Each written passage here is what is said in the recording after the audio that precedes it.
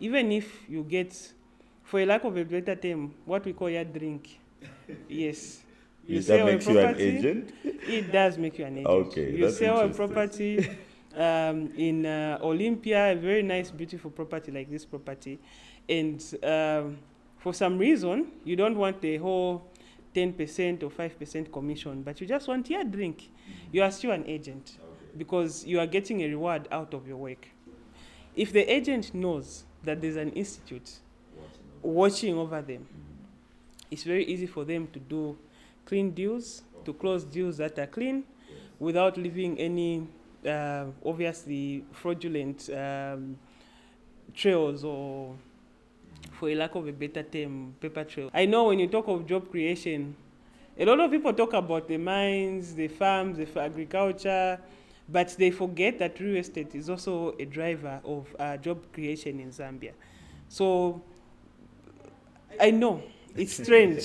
If you are a parent, I'll give you an example, or you have a parent who is a Gen X or a baby boomer, and you tell them to say you want to be an estate agent, they'll just look at you and they'll think that yes, they'll be, obviously the boomers and the Gen X's want you to be either a lawyer, an accountant, a doctor, you know, those common fields. Yeah, sure. So the estate agency is more like frowned upon because of its history as well.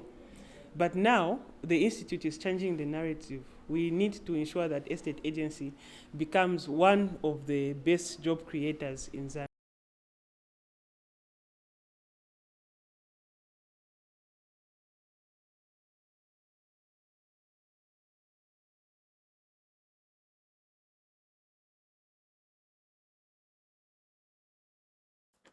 Welcome to today's episode of The Property Plus, the podcast where no real estate conversations are off limits.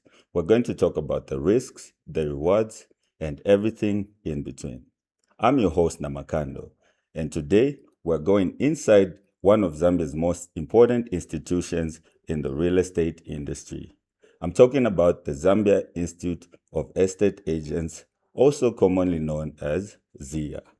Joining me today is Mrs. Ettah Hantumbu Kasonso. She is the Registrar and Chief Executive Officer of ZIEA. Now, under her leadership, the Institute has been at the helm of ensuring ethics, professionalism, and accountability across Zambia's property market, from licensing agents to protecting consumers.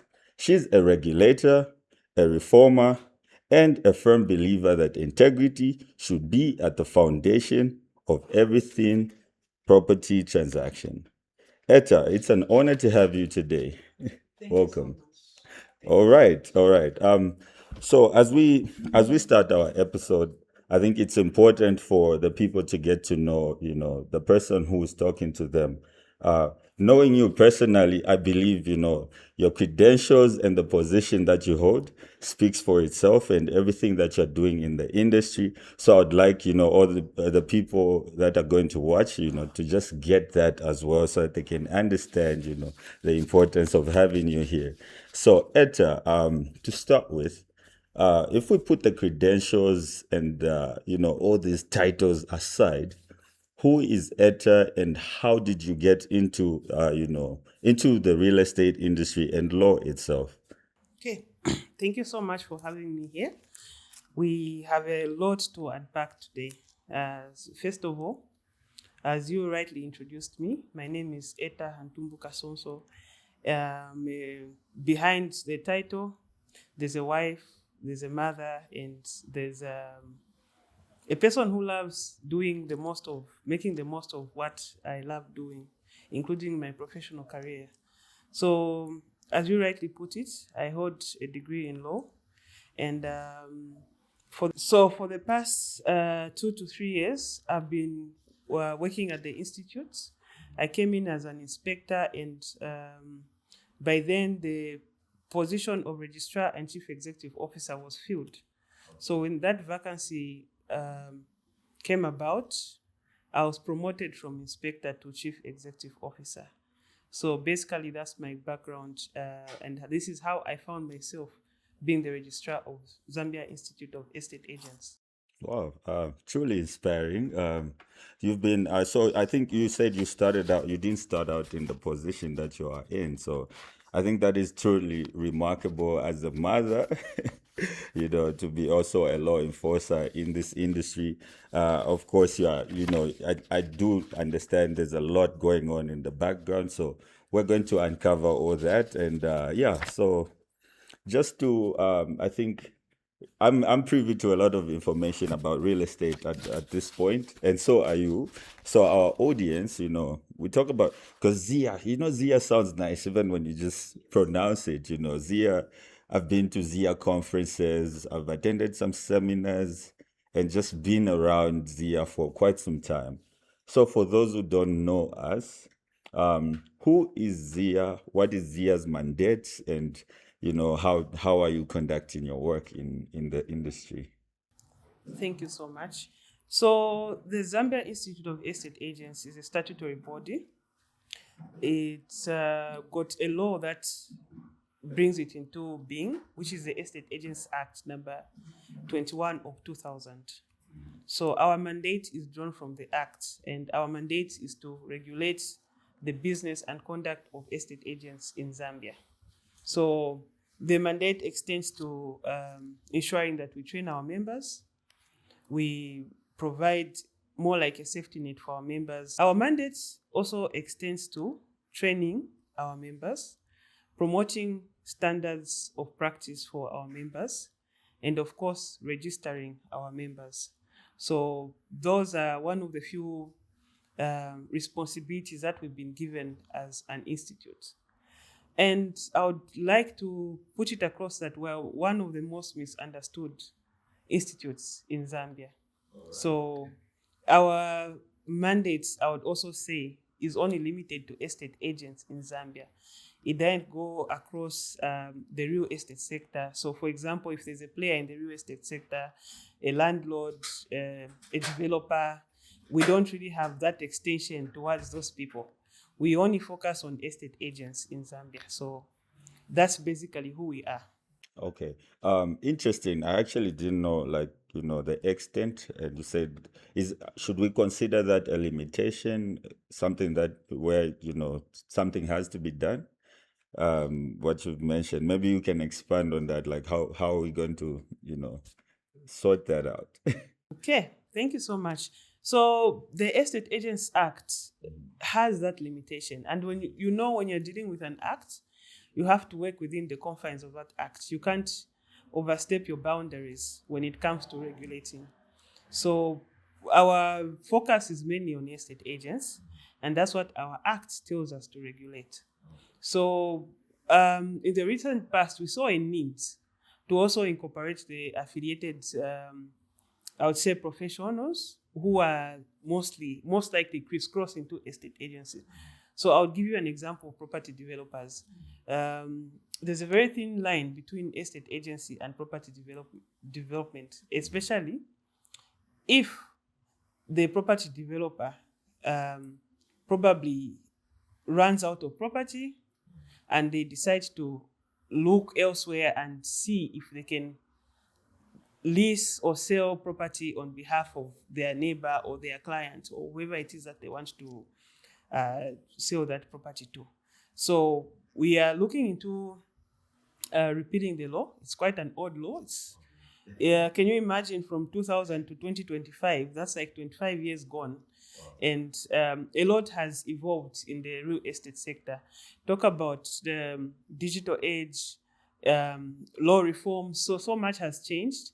And the law really needs to keep up with what has recently been either enacted or recent developments, evolution and whatnot. So that is our responsibility as an institute, to ensure that we're up to date with the current trends in the real estate sector, as well as the global real estate market. Because very soon we will have a lot of things that we need to catch up with, especially in Zambia. Now we have AI, we have robotics.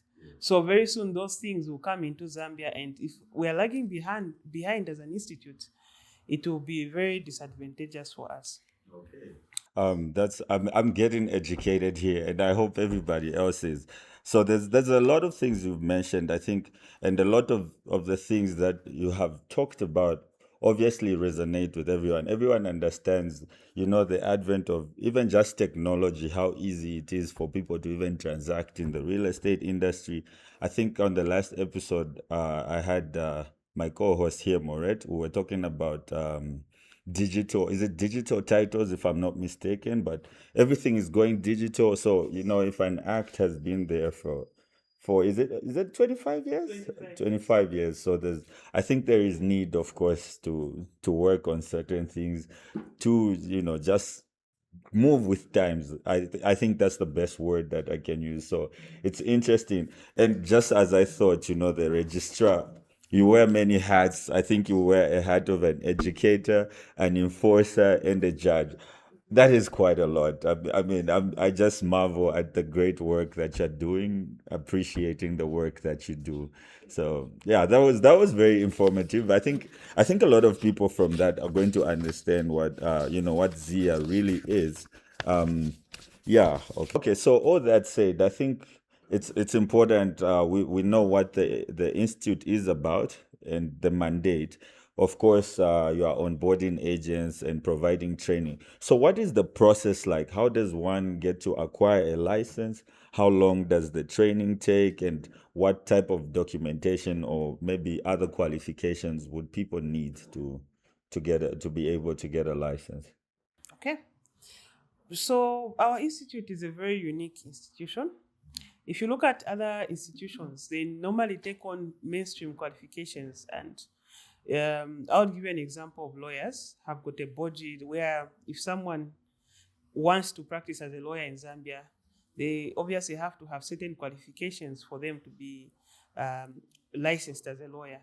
And it's the same with the engineers and marketers and other professional bodies as well. But ZIEA is quite unique. We don't really take on mainstream qualifications.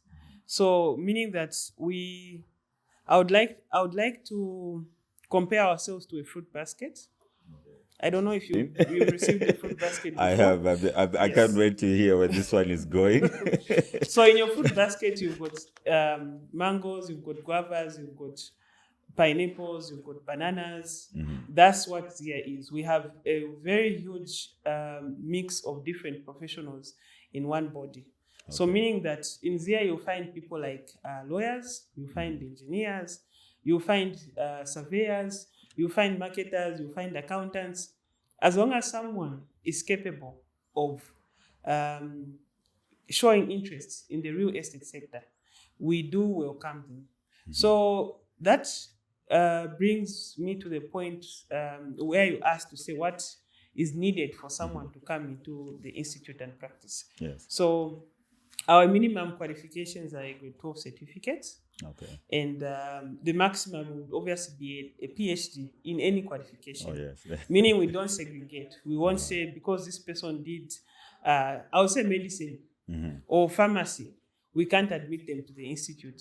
As long as they've got the minimum and the maximum qualifications there. When you mentioned the fruit basket analogy, like my brain was going places, and it was very interesting how you just tied in together and how simple you put it all together, because the way the fruit basket analogy came about is there's so many players that you people are bringing on board, and I can only imagine, the immense work that you people have to do in order to just make sure things are running smoothly. So I think I'll give you a round of applause, truly, because that sounds like a lot of work, and you have a very big task ahead of you, I think, to just make things run smoothly and to make, I always think about the consumer before I think about the agent, right? Because customers are the reason why any business exists. So once we protect the consumer, we know, of course, the agent is doing the right thing. They are licensed and they are, just working according to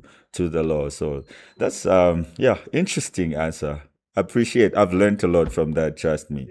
Yeah. So because I was speaking about the consumer, I think we can dive into the consumer a bit more.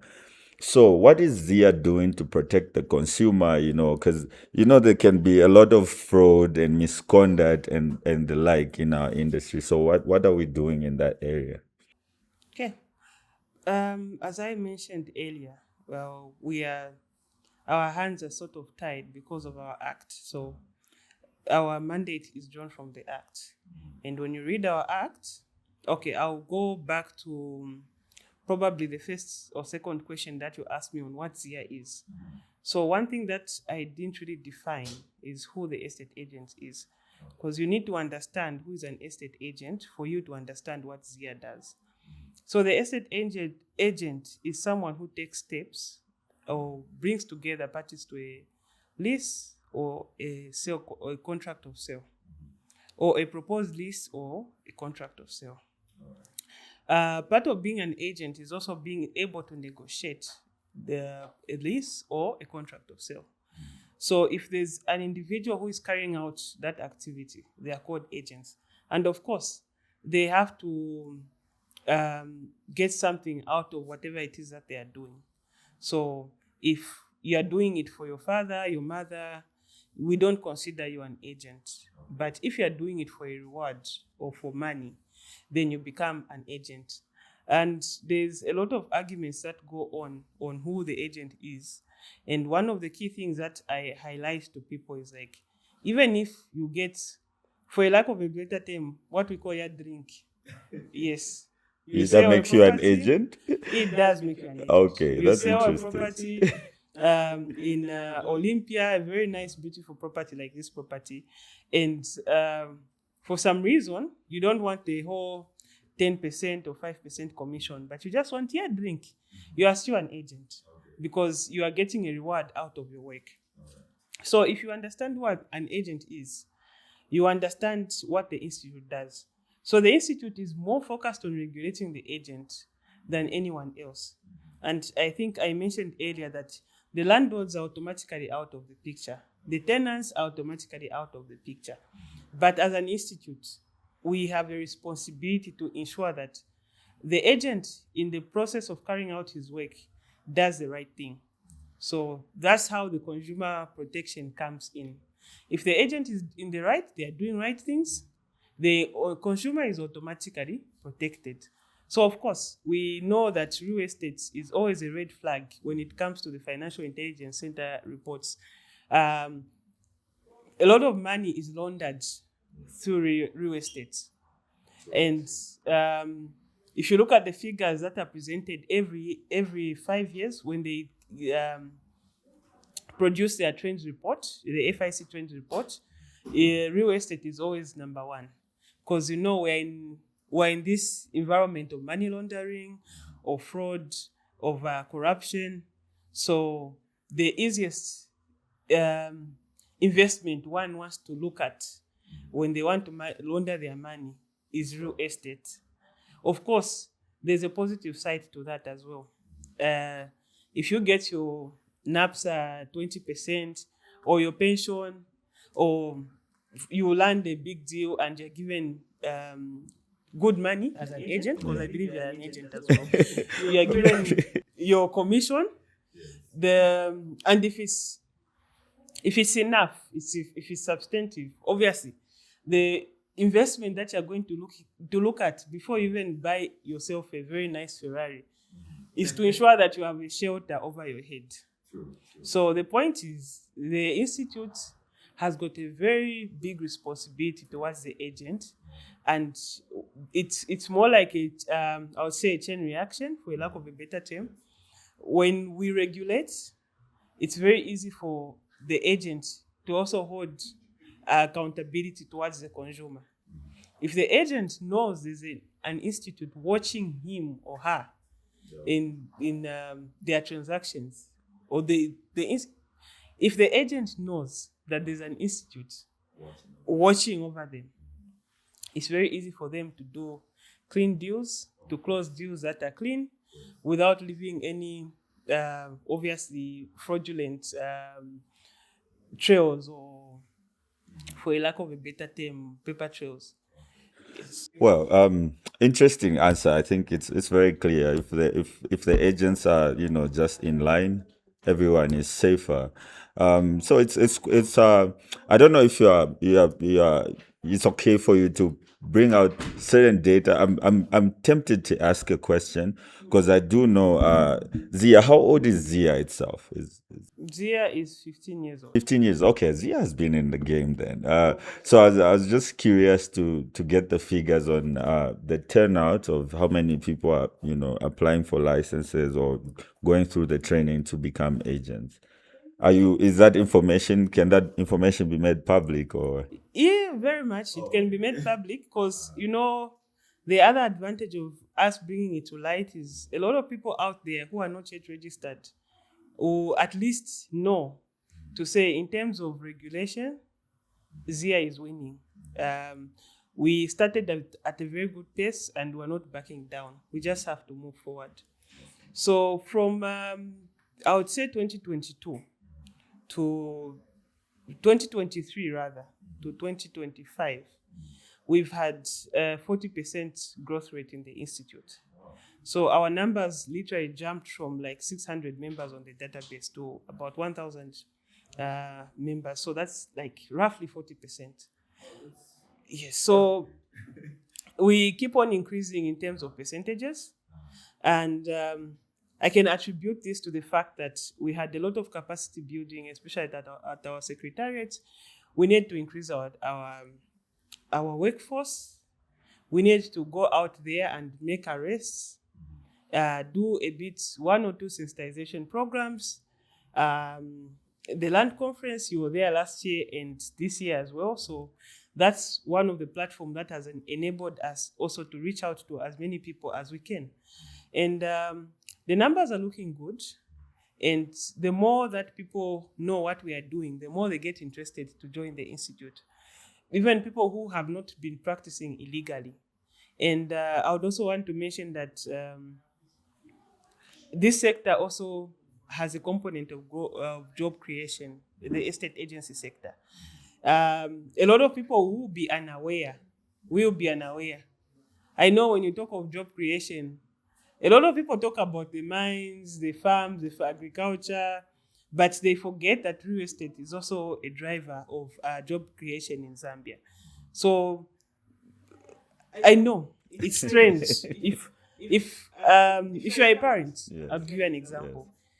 Or you have a parent who is a Gen X or a baby boomer, and you tell them to say you want to be an estate agent, they'll just look at you and they'll think that yes, they'll be, obviously the boomers and the Gen X's want you to be either a lawyer, an accountant, a doctor, those common fields.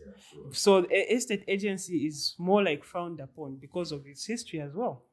But now the institute is changing the narrative. We need to ensure that estate agency becomes one of the best job creators in Zambia. That's one.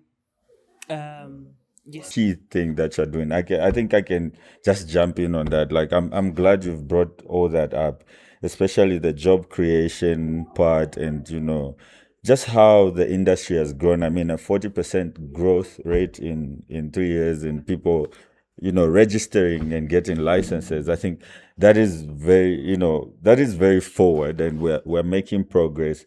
And of course, we're going to use platforms like this to keep reaching out and expanding our reach and having the decision makers, when you hear it from the horse's mouth, I mean, it doesn't get better than that. So it's amazing, really, the work you're doing. So, because we've talked about, you've given some examples on what could go wrong in the industry, parents frowning upon this and that. This was just for fun. I'd like to know, like, if you had, should I call it a superpower or anything, like, if you could just snap your fingers and change or implement something in ZIEA just like that, what would that be? Just curious if you have something in those lines. If I had a superpower, I would make sure no one ever pays viewing fee again in their life. But every time I hear viewing fee, I have my story. I always tell this story. But it's good to know that people are protected. So people out there, please, you've heard it from the registrar and CEO herself. Okay, these are the law enforcers. Viewing fees are illegal in real estate. Nobody should charge you for viewing a house, a property.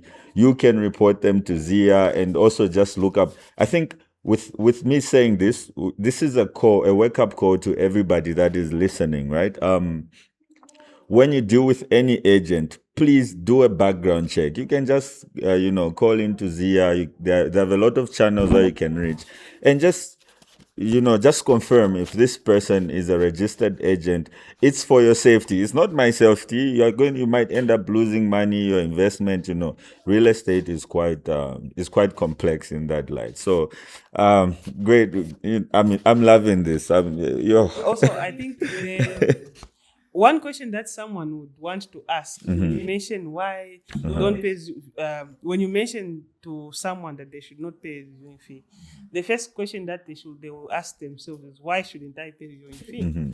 Because it's become a norm. Houses in Lusaka are extremely difficult to find. Even I, as registrar, have had struggles. Some struggles. Finding property in Lusaka, especially Lusaka. Okay, so currently the figures are neither here nor there. We have about 800,000 housing units deficit in Zambia. That's a lot. That's a lot. That's a lot. So that's why there's these housing crises. And when you come to major cities like Lusaka, Livingstone, Solwezi, Kitwendola, the prices of houses are very astronomical. But please, that's not ZIEA's fault. It's not ZIEA's fault that those houses are that expensive. The agent's duty is to get an instruction from the property owner to market and sell or lease out the property on their behalf. So why shouldn't one pay viewing fee? Estate agency is more like any other trade-off. Okay. The most common one that you can think of is purchasing a vehicle. When you're buying a vehicle, there's a requirement now that you have to use an agent. Okay, and you're the one who is responsible for paying that agent. I didn't even know that. In the law of agency, we have a relationship which is created by 2 or 3 people. There has to be a principal and there has to be an agent. So the principal gives an order to the agent to do something on their behalf. Okay, that's the simple definition. That's the most basic definition you can get of agency, not estate agency. Okay. Likewise, when you come to estate agency, the most simple definition you can give to this agency relationship is a principal giving an instruction to an agent. So if I tell you, right now I'm running late, I need you to pass by Manda Hill and grab a big bite too for me. You become an agent, right? Yes. So it's that simple definition. All right. Now, if I'm giving you an instruction, the person who is benefiting from that instruction will obviously be a third party, right? I tell you to say, buy me a big bite too at Manda Hill as you are going home, and give it to my colleague who is at the office. As you are passing through Findoko House, meet my colleague and give him this big bite too. The person who is benefiting is not supposed to be charged by you. Okay. I get it. It totally makes sense. You don't go to that. I've given you the instruction. Yes. You don't go to that person and say, Hey, that instruction I brought you food. So pay me. Because they are not privy to the conversation or the agreements that were there between you, who is the principal, and myself, who is the agent, or vice versa. Okay. So now there's something we call a mandate in estate agency. A mandate is an agreement between a principal and the agent. Mind you, I think you can tell that I'm not using tenant or landlord and tenant. I can see that. Because the principal can be anyone. The view in Zambia is that landlords are the major principals. Okay? The landlord is a principal. The seller is a principal. But it can be the other way around. Okay. As long as I'm giving you an instruction, I automatically become the principal. So the principal issues an instruction to the agent to sell a property on their behalf. The agent gets to interact with different clients to ensure that house is sold. Okay? So once that house is sold, the principal is responsible for paying the agent because there's an agreement between them, which is the mandate. The mandate is more like, I'm giving you an order to sell the property. So now the reason why no one should pay viewing fees is because the principal and the agent have already had an interaction. They've agreed on what percentages to pay each other. Once the transaction is done. Yes. What the value of the property is, when they expect the property to be sold off, or when they expect the property to be rented off. That's the agreement between the two of them. Okay? So the person who is benefiting is not really privy to those terms. They might or they might not be privy to those terms. Okay. It's up to the agent to disclose. Wow. So if the principal now says that they are going to pay 10%, meaning that the agent is covered in terms of their commission or what they are earning, the reward, remember the reward, Yes. right? Yes, they are covered in terms of the reward. So getting viewing fees is an unethical practice. Yes. They don't need to get that extra fee because the principal who is engaged them is responsible for their payment. So that's why no one should pay viewing fees. I don't know if you got, if you notice that I've been using the word principal. Yes. If you engage someone, an agent, to look for a house for you, you become a principal. So if I approach you, I'm the registrar, you're an agent, and I tell you I need a house in Kablonga, in Olympia. These are my specifications. It has to be a 3-bedroom house. It has to have this and that and that and that. That onus now falls on you to ensure that my needs are met. So I become the principal because I'm giving you an instruction. So it's a two-way street. The seller, buyer they can both be principals. That role can be interchanged, and the one who engages you is the one who is responsible for the payments. I'm just gonna. I wanted to even just I don't know what this symbolizes. It's surrender, happiness. Like, I have been advocating no viewing fee. I have never asked why, and wow, just saying this payment is covered. Like, it's covered when you sign the mandate. So it's unethical for someone to charge more because they're going to be paid for the transaction. That is just brilliant. I mean, that's why we have the registrar here. Education and all that covered. That was very informative. Yeah, we're going to do a lot with that information, I think, to propagate it. Yeah, so okay, so I think we've the conversation has been going great, and then we just want to have as our podcast is growing, we have a few fun segments to throw in here and there. So the first one that we came up with is called Brick by Brick, since we're a real estate company. So Brick by Brick is it's just adding onto stories, just like you're building a house. So these stories are like wisdom, from you, Madam Kasonso, what principles, or, just growing up, being a lawyer that you are, what would you explain or mention to say these are the principles that help me, so that we can just pass on that wisdom to anyone who's listening? So we're building a house brick by brick. Okay. Professionally, I stand by integrity and sober-mindedness. You can't be a registrar or a CEO if you're not sober-minded.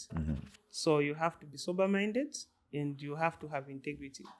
There's so much that you need to do as a person who is given a responsibility. And those two, you can stand by them. Okay. Wow, that's great. We won't even ask more. It's very straightforward. Then another one that we are trying to do is pass the key, because, we're just trying to be, So now you're passing on the key, right?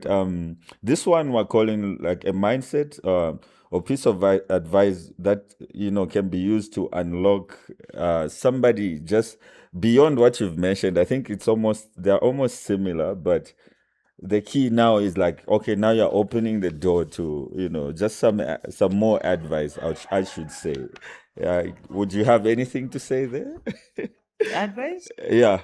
Okay. To anybody just growing up, maybe females, I think you mentioned the real estate industry encompasses a lot of professions, but I don't know if maybe we can say what's the ratio of females to male agents, for instance. I think there's a very big disparity if you ask me. So maybe just some advice for females who are looking to get into into the business. You're actually right on the numbers. Uh-huh. We have a very low percentage of females on our database. So I would encourage all females to not sit on the fence. Mm-hmm. Those who feel like they are capable of being estate agents Mm-hmm. should come through. Let them not look at the negativities that surround estate agency. When you come to this side of the fence, you'll be happy, you'll be smiling, Okay. selling your properties and cashing in the checks. Awesome. Yes. All right. Okay. No, we're going to wrap up with something simple. I hope we can close it in 2 minutes. Just some rapid fire questions. I'm going to ask just four questions. Just to One misconception that people have about estate agents. They are crooks. They're crooks. Okay. So that's a misconception, by the way. So Very these people are very straightforward, especially when they deal with ZIEA. Okay. Number 2, one thing every buyer should check before buying property. Do due diligence at the Ministry of Lands to ensure your titles. That's more than one, right? But, That's fine. That's fine. but they have to do their due diligence. Okay. Ensure that there are no encumbrances at Ministry of Lands on that property. It will save them a lot of money. Awesome. Number 3, your proudest moment as registrar. I have many. Give us. The recent graduation was like a star moment for me. Okay. Yes. Yeah, I think I attended that one. It was beautiful. It was brilliant.